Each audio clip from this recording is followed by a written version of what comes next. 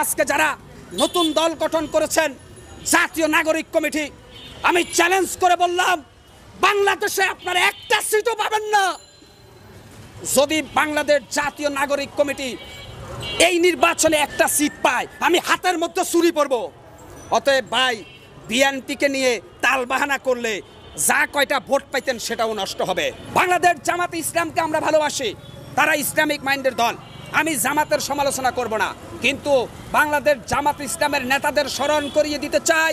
বাংলাদেশ জামাত ইসলামের অনেক নেতাকে এই খালেদা জিয়া মন্ত্রী বানিয়েছিলেন। আপনারা ভুলে যাবেন না, বাংলাদেশ জামাত ইসলামের অস্তিত্ব এই বাংলাদেশের টিকে থাকার একমাত্র অবদান বাংলাদেশ জাতীয়তাবাদী দল বিএনপি। আজকে জামাতের অনেক নেতা বিএনপির নামে প্রপাগান্ডা চালাচ্ছেন। কারণ কি? আপনারা কি অতীত ভুলে গেছেন? আপনারা ৯৬ সালে আওয়ামী লীগের সাথে জোট করেছেন। অতএব আমি জামাত ইসলামকে বলবো, মানুষ আপনাদেরকে ভালোবাসে ধর্মীয় দৃষ্টিকোণ থেকে, কিন্তু রাজনৈতিক দল হিসাবে আপনারা প্রতিষ্ঠিত হতে আরো ২০ বছর সময় লাগবে। আমি বলবো, বাংলাদেশ জামাত ইসলামের নায়েবে আমির ছিলেন আল্লামা দেলোয়ার হোসেন সাঈদী। সারা বাংলাদেশ নয়, সারা পৃথিবীর মুসলমান যাকে ভালোবাসে, কিন্তু সেই দেলোয়ার হোসেন সাঈদী কখনো বিএনপিকে কটাক্ষ করে কথা বলেন নাই। অনেক নতুন জামাত ইসলামের কর্মীকে দেখি আপনারা কিন্তু ইতিমধ্যে অনেক বিতর্কিত কথা বলছেন।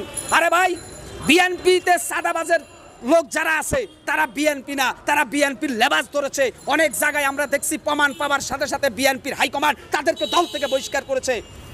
তারেক রহমানের আদর্শ যারা ভালোবাসে, শহীদ জিয়ার আদর্শ যারা ভালোবাসে, দেশনেত্রী বেগম জিয়াকে যারা ভালোবাসে, তারা কখনো চাঁদাবাজ হতে পারে না। তারা জিয়া আদর্শের বিপ্লবী লড়াকু সৈনিক হিসাবে, জনগণের সেবক হিসাবে জনগণের সাথে মিলেমিশে কাজ করে। আজকে কেন বিএনপির নামে চাঁদাবাজির তকমা ব্যবহার করেন? টেম্পো স্ট্যান্ডে চাঁদাবাজি করে, লেগুনা স্ট্যান্ডে চাঁদাবাজি করে, ওরা বখাটে টোকায়, ওরা বিএনপি না। বাংলাদেশ জাতীয়তাবাদী দল বিএনপিকে আপনারা জনগণের কাছে বিতর্কিত করার চেষ্টা করবেন না। মনে রাখবেন, বিএনপির আপসহীন ত্যাগী কর্মীরা যদি আরেকবার গর্জন দিয়ে উঠে, আপনাদের কিন্তু ১২টা বেজে যাবে।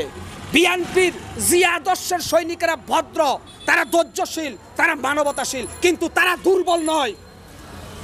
আমি সমগ্র বাংলাদেশের প্রত্যেকটা রাজনৈতিক দলের নেতাদের হুঁশিয়ার করে দিয়ে বলতে চাই, আপনারা বিএনপির ধৈর্যের পরীক্ষা নেবেন না। বিএনপি নির্বাচন চায়, কারণ হচ্ছে নির্বাচনে বিএনপির বিজয়ের সম্ভাবনা ৯৯%, আর বাকি সবার সম্ভাবনা 1%। আজকে যারা নতুন দল গঠন করেছেন জাতীয় নাগরিক কমিটি, আমি চ্যালেঞ্জ করে বললাম বাংলাদেশে আপনারা একটা সিটও পাবেন না যদি বাংলাদেশ জাতীয় নাগরিক কমিটি এই নির্বাচনে একটা সিট পায়। আমি হাতের মধ্যে ছুরি পরব। অতএব ভাই, বিএনপিকে নিয়ে তালবাহানা করলে যা কয়টা ভোট পাইতেন সেটাও নষ্ট হবে। আমরা মনে করি বিএনপি ১৭ বছর রাজপথে ছিল। বিএনপির হাজার হাজার কর্মী হত্যার শিকার হয়েছে, গুমের শিকার হয়েছে, যার অন্যতম নায়ক সিলেটের ইলিয়াস আলীকে হাসিনা গুম করে হত্যা করেছে। বিএনপির ছাত্রদল, যুব দলের অনেক নেতাকে পুলিশ পাখির মতো গুলি করে রাস্তায় হত্যা করেছে। সেই বিএনপি ১৭ বছর আন্দোলনের রূপরেখা চূড়ান্ত করেছে বিদায় ৫ তারিখে আমরা সফল হয়েছি। আজকে আপনারা বলেন বিএনপি বালির ট্যাক্স সরাইতে পারে নাই, বিএনপি খালেদা জিয়াকে মুক্ত করতে পারে নাই। আরে মিয়া, হাসিনা কি সরকার ছিল? হাসিনা ছিল ফেরাউন। ফেরাউনের কাছে সমস্ত জাতি আমরা জিম্মি ছিলাম। কেন বলেন যে বিএনপি দুর্বল ছিল? আরে না, বিএনপি দুর্বল থাকলে তো বিএনপির হাজার হাজার কর্মী পুলিশের গুলিতে নিহত হতো না রাজপথে। অতএব ফেরাউনের সাথে সবাই সবসময় জিততে পারে না।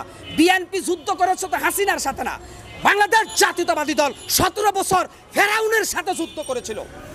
আজকে আমরা দেখেছি তারেক রহমান ধৈর্য হারান নাই। তিনি বলছেন বাংলাদেশ যাবে কোন পথে, ফয়সালা হবে রাজপথে। ইনশাআল্লাহ তারেক রহমানের কথা সত্য প্রমাণ হয়েছে, ফয়সালা রাজপথে হয়েছে। অতএব জাতীয় নাগরিক পার্টি বাংলাদেশ জামাত ইসলাম আপনাদেরকে বলবো, দয়া করে নির্বাচনের ব্যবস্থা করুন অন্তর্বর্তীকালীন সরকারকে চাপ দিয়ে। এরপরে বোঝা যাবে বিএনপি কি আর আপনারা কে।